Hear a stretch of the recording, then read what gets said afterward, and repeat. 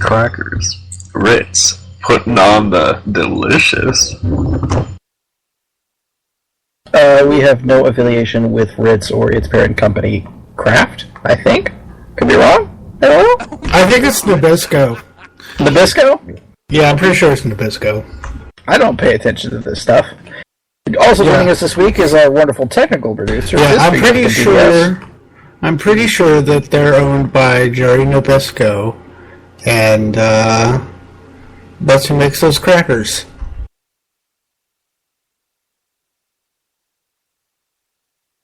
Yeah, it's Nabisco. Okay, you're right. And also joining us this week is that guy over there, Matt Jester. So when you're talking about crackers, you have to mention me sometime or another. Other than that, NXT TakeOver, respect, baby. Yeah, it was really good. We'll talk about that later. But in the 15-minute time limit. But right now, we're getting to the news. News as we speak. Seth Rollins is set to make a major announcement with ESPN, rumored to be regular coverage of WWE on SportsCenter. Sami Zayn would be making a special appearance for the live crowd at the Evolve 49 and 50 in New York, but not on the iPay-per-view. The reason for John Cena's upcoming time off is rumored to be so he can host a new Fox reality fitness show. And The Undertaker is now open to working more dates than he has in the past few years due to being fully healed from various injuries and surgeries. So, a bunch of people coming back and a bunch of people popping up in different places. Sami Zayn coming back to Evolve. I think that's the most interesting and telltale sign of the WWE Network, deal that is going on. I find that very interesting. Okay, this confused the hell out of me. Somebody explain it to me. Sammy is not going back to Evolve. He's still with WWE. And sooner or later, God willing, he's going to go back to NXT, right? Please? Maybe not NXT, but probably in the main roster, yes. Oh, thank God. They actually had cameras. I forget the name of the promotion, but they had cameras with Bayley at a local Florida event. I believe her boyfriend wrestles for them. They were filming for WWE's Breaking Ground, that documentarian series. But it's interesting to see WWE really embrace the independent scene at the moment, and not just taking all of their good talents or anything. There's been a lot of praise from Triple H for the Evolve WWN network and that kind of thing, which I always thought, to be honest, Evolve was sort of unnecessary. They really should have just kept it as Dragon Gate USA, but I guess you couldn't necessarily. It's better for them to link up with a brand like Evolve than Dragon Gate. Right.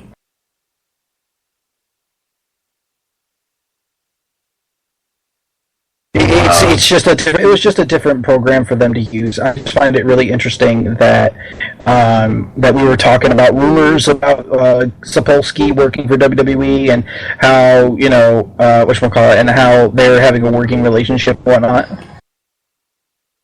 And all of a sudden, Sammy's popping up on Evolve. But we'll see. And John Cena, reality fitness show. Do you want to see a John Cena fitness show? Well, I wonder what. I don't know. I don't know what it entails. I don't know what it is really. I mean, what could it really be? Like tips and this is how you eat 27 pounds of protein in one sitting. Oh wait, no, that's Batista's show. Never mind. It'd be like the Ultimate Fighter, but with CrossFit or something.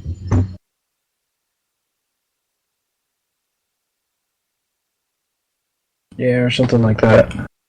I'm just seeing a lot of reposts of the rumor. I don't even see a Fox fitness-themed reality show in the works. So, maybe. We'll see. Anyway, moving right along. So WWE announced that James Storm's debut at the latest set of NXT tapings. TNA wanted to lock him in for their upcoming tour of India, as he had recently been feuding with Mahabali's Shera. Matches taped in July for TNA television are now being used for a new World Championship round-robin tournament, which, along with Matt Hardy's vacation, was apparently planned months in advance.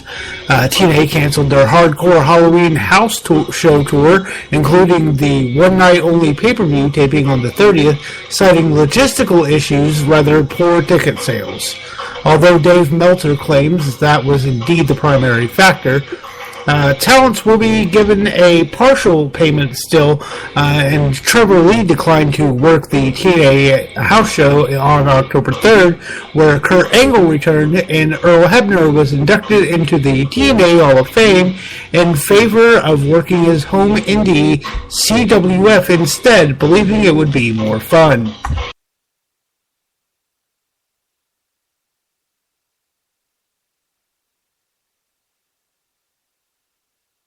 Wait. Did you just say TNA Hall of Fame and more fun? Not in the same... Not that the TNA Hall of Fame would be more fun. He's working his home indie federation would be more fun than going to the TNA Hall of Fame and doing a house show. Oh, yeah! I'd have to agree. That Hardcore Halloween house show tour was pretty hilarious, considering the fact that they couldn't sell 300 tickets for that thing. Ew. I thought it was supposed to be kind of a big deal too, because I had actually heard of it. It was supposed to be a pay-per-view taping as well. Well, I find it interesting, this championship series, that it had apparently been planned, and they managed to tape these episodes until, a couple months in advance. The other interesting thing is that it's another one of their goofy, complicated tournaments, and all I know about it at the moment is that there's 4 groups. And one of the groups is actually the Knockouts. So somebody from the Knockout group is presumably going to compete for the world title. And probably with the people from the Goofy group. I saw Spud and Grado in there. Yeah, there's an international group with those guys. There's I think there's another British group, because I always have a bunch of British wrestlers. Yeah, that might be where they're at.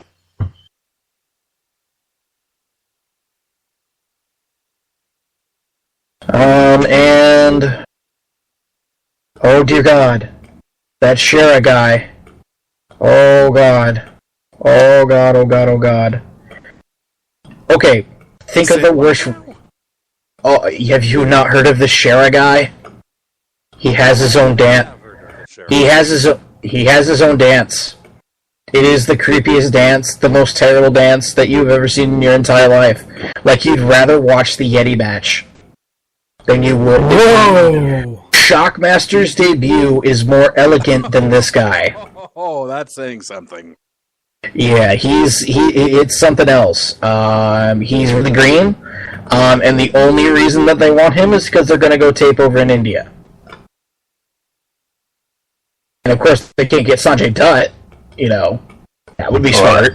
But apparently, it's a condition that he needs to be pushed very hard because Sony 6 or whatever the Sony affiliate over there in India is funding the trip or helping to fund it, and that's one of the conditions.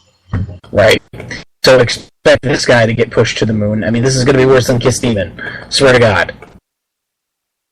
Come on, nothing will be worse than Kiss Demon. Nope.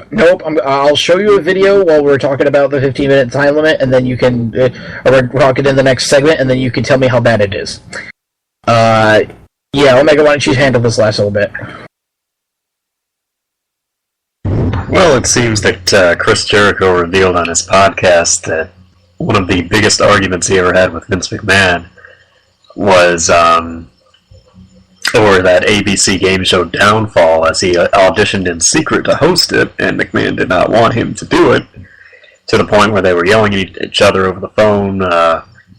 Vince fired him, Jericho quit, etc., etc. I remember we reported on that. Downfall? Well, not only on Downfall, but on like the split or like the major argument that they had. I remember that being like a news bit. I kind of like Downfall, but it was kind of gimmicky. It wasn't really going to last. Yeah, it was alright. But it was pretty fun, sort of like Jericho himself. NXT's Devin Taylor and Cal Bishop have been released, while Indie star Athena officially made her debut at a live event. There's a rumor that Blue Pants may not be brought back to NXT anytime soon due to the previously mentioned frustration that talents have with her freedom, and apparently she inadvertently boasted about how over she is, despite her role technically being to put other people over. And it seems that WWE is going ahead with the NXT Kids concept show, or show concept rather, where children interview the wrestlers and do commentary. That's hilarious. That's hilarious. You might remember there was a leaked pilot. I did not see it because it got taken down pretty quickly, but there was a leaked pilot on a website of a production company or something. Yeah, I think I saw a little bit of that. That was interesting. Yeah, Magic 8 Ball says everything is cloudy or something like that. I don't know.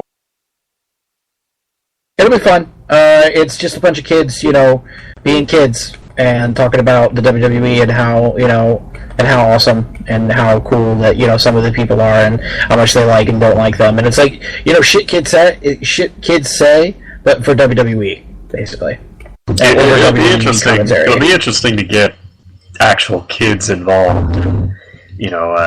Honestly, I hope it takes off because it sounds a lot like the kind of things that they used to do back in the 80s and early 90s, where, the kind of variety hour stuff, they really don't do that anymore or haven't in a long, long time. And that kind of seems like what this will be. I mean, they did have Saturday Morning Slam, but that didn't really...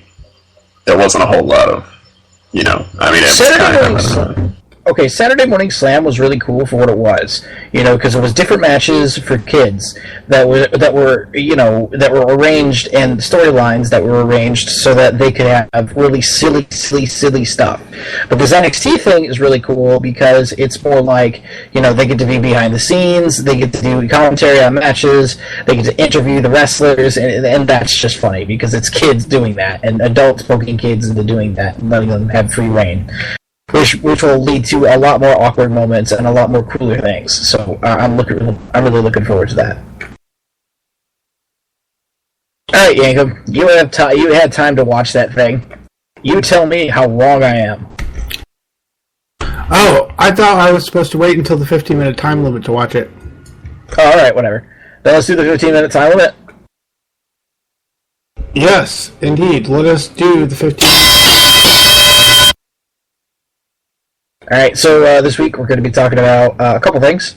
We're going to get into the question at the end, but we'll talk about the NXT little thingy that happened on Wednesday. NXT TakeOver Respect. In the dark match, Bull Dempsey defeated Sawyer Fulton, which could have been fun. But in the first match of the night that we saw, it was Finn Balor and Samoa Joe defeating the Mechanics of Scott Dawson and Dash Wilder. The mechanics seemed interesting, but I was surprised that Finn and Samoa won. Because I totally thought that they were going to win, and then, other things were going to happen, and it just didn't go the way that I expected.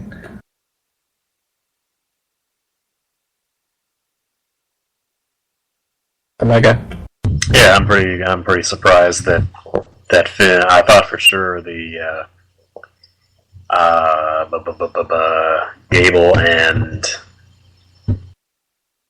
Yeah, I thought this was for Gable and Jason Jordan. Yeah, I thought, you're talking about, I mean, not just the fact that they're up and coming and everything, but just their whole kind of persona kind of gets into this. You're talking about a tag team classic, you're talking about classic kind of wrestling, all American, American dream, that kind of thing. I really thought it was theirs to win. I'm pretty surprised that Corbin and Rhino defeated them. I thought at least they would have made it to the final. Right, and you would have thought that some other new team would have gone over and gotten something new, but we'll talk about who wins here in a minute. But yeah, this was a solid match. I thought, Scott and Dash didn't look terribly interesting together, but and I thought that I thought that the angle that did at the end of this match was going to, seal the deal, if you would, and have Finn take the pin, if you would. But this is also a weird thing, because if you think about it here, it's been 6 weeks since Finn has actually defended the NXT title, or anybody's gone for the NXT title, which makes things really weird.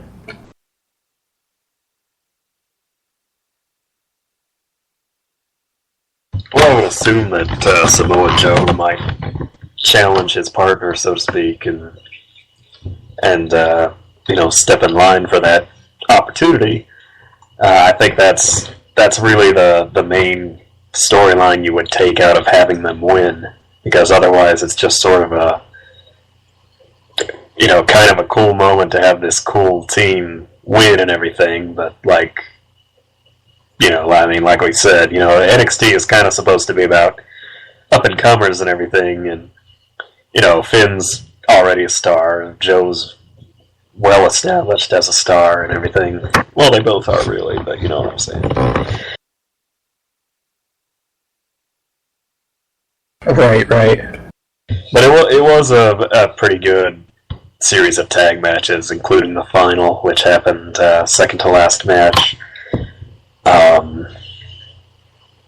I think a lot of them kind of got to the root of tag team wrestling, where you've got the one guy who's hurt and then waiting for that hot tag, that kind of thing, which is really every tag match. I mean, it's not like we've never seen that on Raw. But another thing I think NXT generally does better than some of the main roster guys, at least when it comes to tag teams, is that they really have the freedom to kind of embody the fact that they are a tag team, work on double team moves, work on not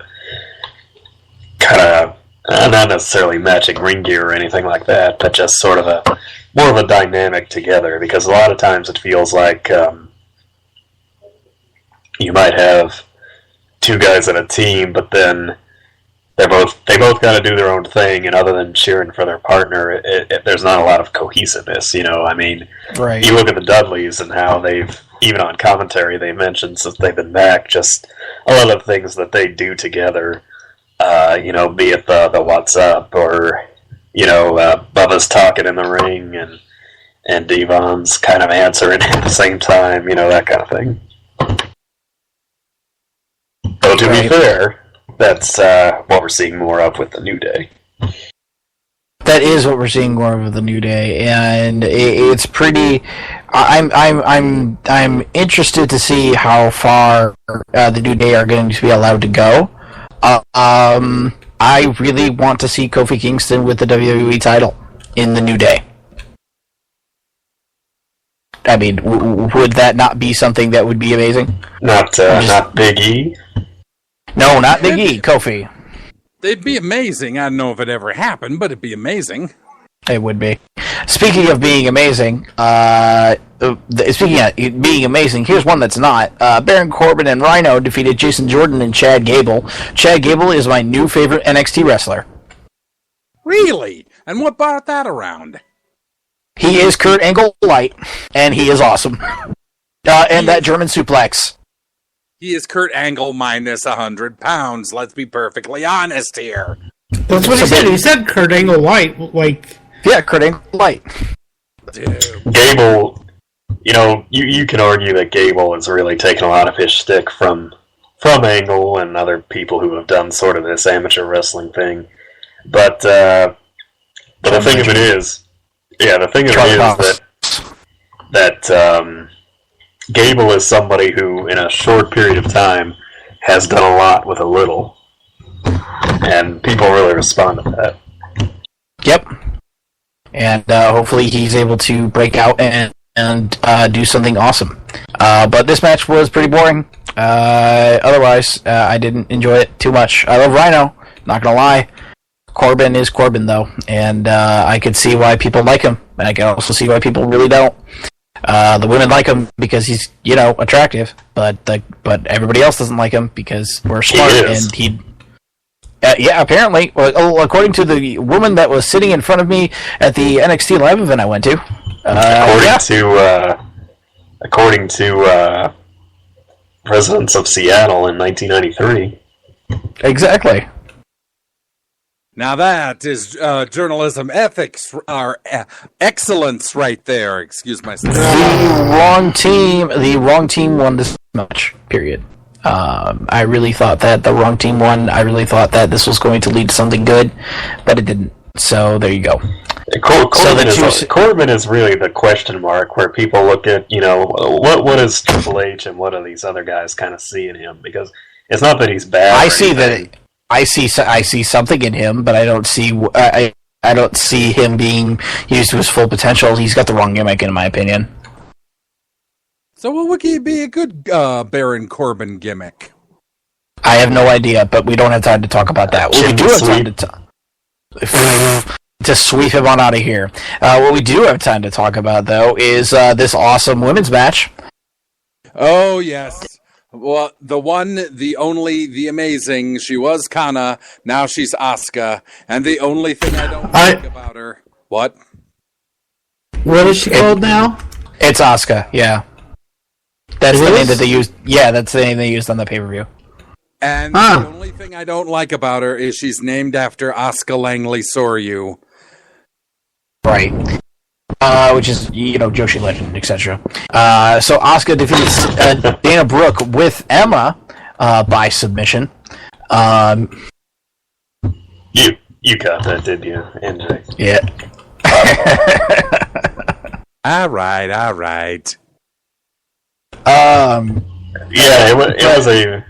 It was a very good match because it established what she could do in that time. I think she slapped on like 8 different submissions within 3 minutes. Yep, and it was a very technical match. Dana, more props to her for actually going through it. The more entertaining part was the stare down between Emma and Asuka at the end, which was really funny to me. And then Emma just kind of looks away and tries not to look at her. And it's just super awkward. And then awkward. Let's call it what it is. Asuka will be getting some of Emma here pretty damn quick, in one way or another. Oh, Jesus. And let the fanfic begin. Let us move on, please. Sure. Apollo Crews defeated Tyler Breeze. Tyler Breeze suffering from jobberitis. Dolph Ziggler and Tyler Breeze should, whatchamacallit? They should start a tag team called Throwing Stones, because they sure as hell can't break that glass ceiling. You know what they should do is they should have... We really need to get our space program going, so these two should have a match against each other. And then whichever one, pins the other, if... Push him to the moon? Yeah, if Dolph gets pinned, then the other guy's just gonna, up to the sky. Yep. Pretty much. That should be interesting, though. But Apollo Crews looking really good. Yeah, I think the statistic is Breeze is now 1-7 at takeover events. Yeah, or something like that.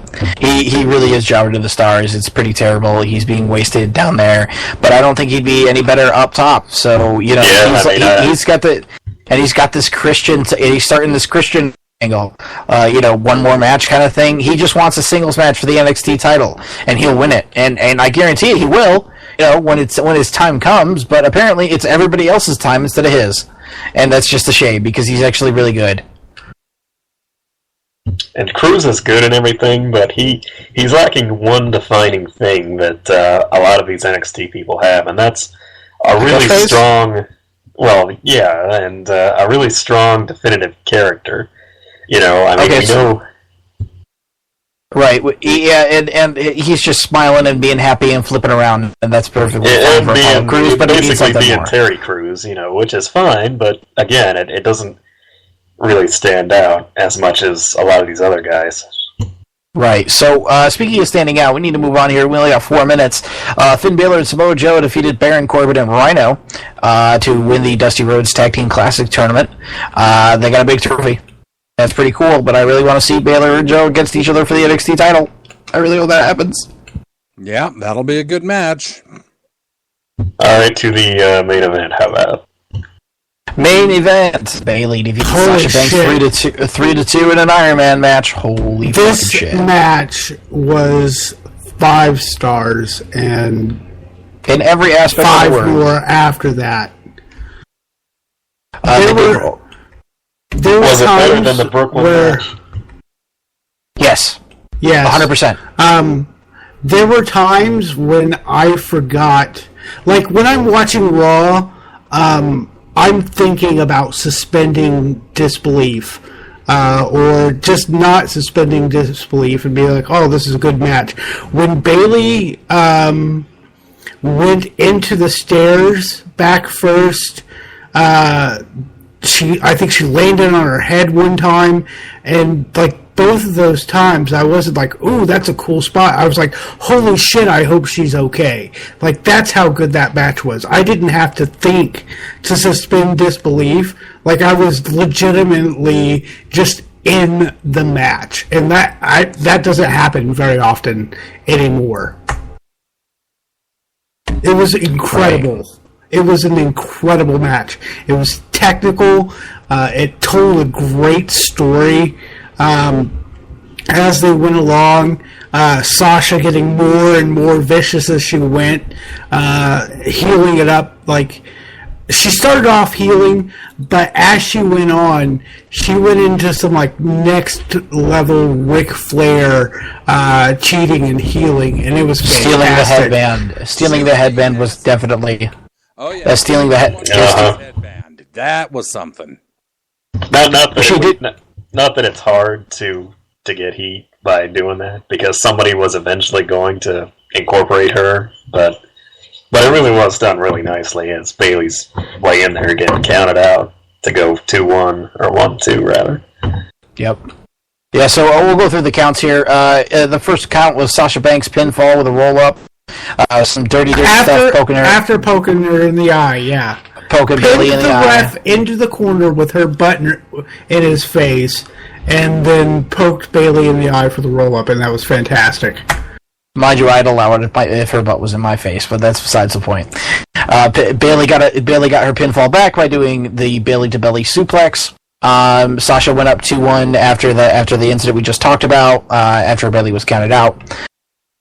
Bayley pinned Sasha after that, and then in the last third second, Bayley made Sasha tap out to an armbar, and it was it was pretty awesome because you thought it was going to be the bank statement, but it turned into a reverse. And after the kicking and the whatnot, Sasha tapped out in the last 2 seconds of the match. Oh yeah, it was vicious. Like she had that armbar on and was kicking her in the face, and I was just like, "Holy shit!" In the back of the head, that's what caused it right there. That was,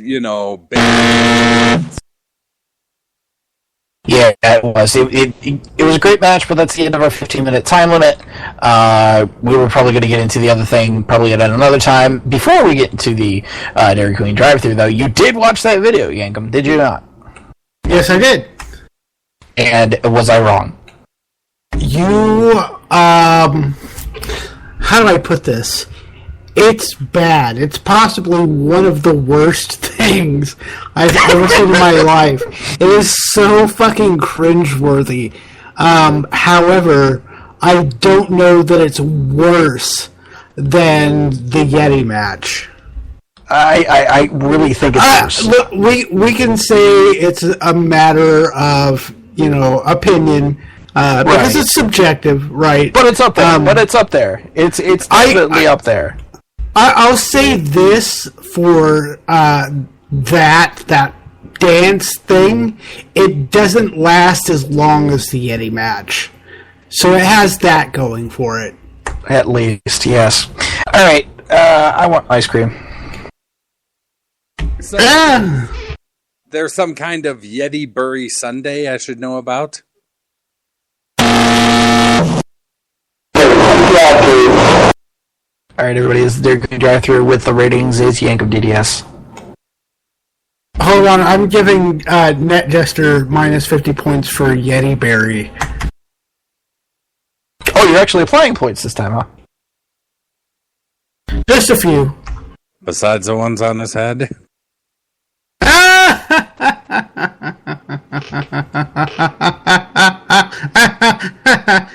Fuck you.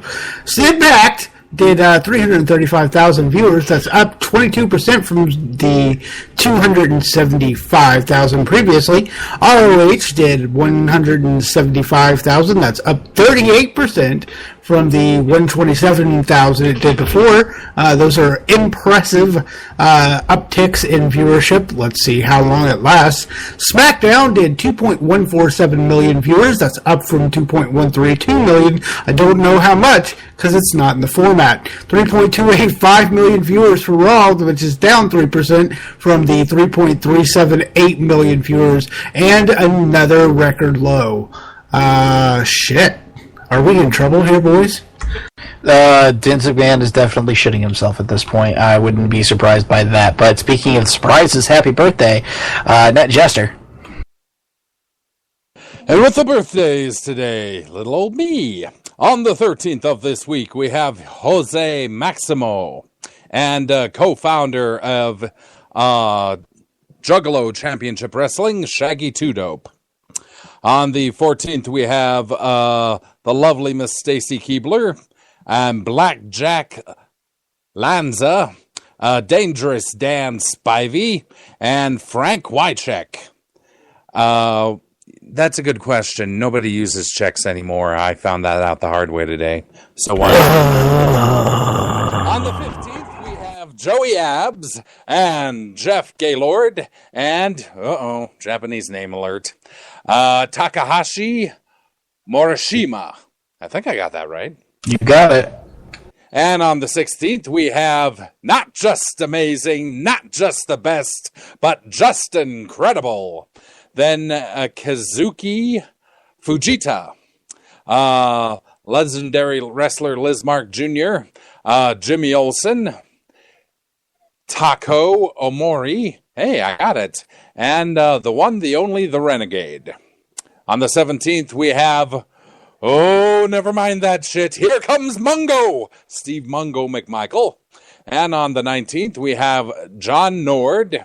And rounding out the week on the 19th, we have Sweet Saraya Knight. And now it is time for This Week in Wrestling with Omega BR. Yes, this week in wrestling history.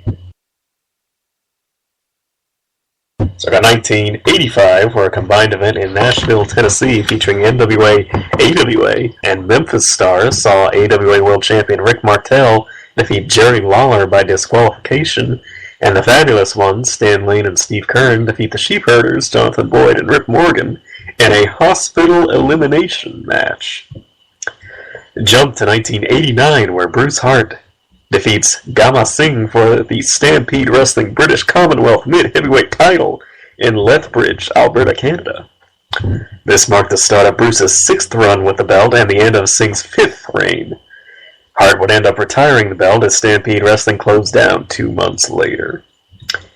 And in 2001, the NWA World Heavyweight title was held up when Steve Corino was unable to continue during a title defense against Shinya Hashimoto in St. Petersburg, Florida. And that was this weekend wrestling history. Happy Trails this week to Rusev and Law, who were engaged and awkwardly thrust into WWE storylines as a result. Well, congratulations to them on actually getting engaged. Yeah, thank God they ended that ridiculous angle. Happy Trails to Alberto El Patron after WXW in Germany claims his management tried to hold him up for a business class upgrade to his flight to the tune of $7,000.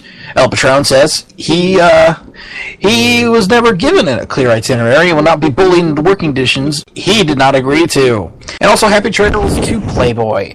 Playboy will no longer be publishing nude images of women as of March 2016.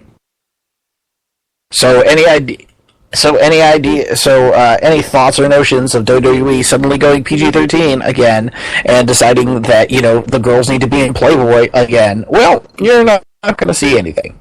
There's always Backdoor Johnny.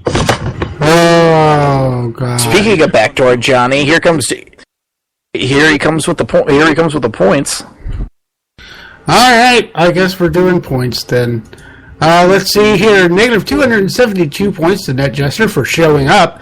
10 points to Omega BR because I'm cracking up over crackers. Negative 5 points to Gunner. Nothing is worse than the Yeti. Nothing. Negative 50 points to Net Jester for Yeti Barry. Another negative 50 points to Net Jester for Bad Puns. And 10 points. 10 positive points. Everyone, clasp your buttocks. 10 positive points to Net Jester because he got a Japanese name right. I don't know how you guys aren't freaking out. I am over here. I'm just speechless. Alright, so here we go with the totals. This week's show gave Net Jester a total of negative 362 points, bringing his overall total to negative 34,023. Gunner netted himself negative 5 points for the show, bringing him down to 99. And Omega BR netted 10 positive points for 323 overall points. All right, what should we watch? What should we watch this week in wrestling, Net Jester? Well, don't you take my match. Relax. My match of NXT respect, even though Sasha and Bayley was absolutely good, I am more than jazzed to have my Wafu from the Land of the Rising Sun, none other than Asuka here to kick ass, take names, and show all these little itsy bitsy teenage girls, who is the woman. Yeah, what should we watch this week in wrestling? Clearly, you should watch Bayley and Sasha. That match was... I don't want to say it was perfect. There were some sloppy points in there, but Jesus Christ, it was so good. The storytelling was good. The spots were good. Everything about it was fantastic. It is what the Divas division should be, but can't, as long as it sits as it is. Omega, what should we watch this week wrestling? Well, back in Amarillo, they used to do a thing called a German blood match. Now, this match, it's sort of a variation on our first blood match. Basically, you would have to make your opponent bleed and then soak a white towel or handkerchief in their blood until it was mostly red. Abdullah the Butcher and Super Destroyer had one back in the day, but if you want to see one in the modern era, one that's actually on YouTube, it's I believe it's ACW Steve Amos versus Darren Childs in a modern-day German blood match. Wow. Where does Omega get these wonderful toys? That's awesome. Seriously. I'm going to go check that out. But speaking of things that you should check out, New Japan Pro Wrestling had their King of Pro Wrestling pay-per-view over the weekend. It was really good. You should watch from that two things. The IWGP Junior Heavyweight Tag Team Championship, Redragon versus Roppongi Vice, which was really good. Redragon obviously is Bobby Fish and Kyle O'Reilly, and Roppongi Vice is Rocky Romero and Trent? Question mark? That was awesome. I'm not gonna lie. But what was really awesome was the IWGP Heavyweight Championship match with Okada and Gato against AJ Styles. Okada wins with the Rainmaker. Oh my god, it was so good. So good. So it looks like it's going to be Okada versus Tanahashi 3 at Wrestle Kingdom 10 in January. Which should be really interesting because Okada's never beaten Tanahashi at Wrestle Kingdom. If you remember a couple of years ago when they would face off, he left crying, literally crying. So we'll be able to watch that then. All right. So I think that's it for this week. Thank you very much for listening. You can check us out online, smarksnark.com, Spreaker.com/smarksnark, Facebook.com/smarksnark, Twitter.com/smarksnark, and gmail.com if you'd like to get a hold of us if you're a professional wrestler or some sort of booker to an independent promotion. You'd like to shill your stuff. You can also check us out, give us a phone call at 812-408-9666 or 812-408-WOOO. Thank you all for listening, and for myself, Yankum DDS, Omega BR, and NetJester. Remember, we wish you well in your past, present, and future endeavors. The Woo Get Serious podcast, more fun than a stage full of donkeys. Man, Joe, you dodged a bullet there. Did he just say words? Good night, Coral Gables.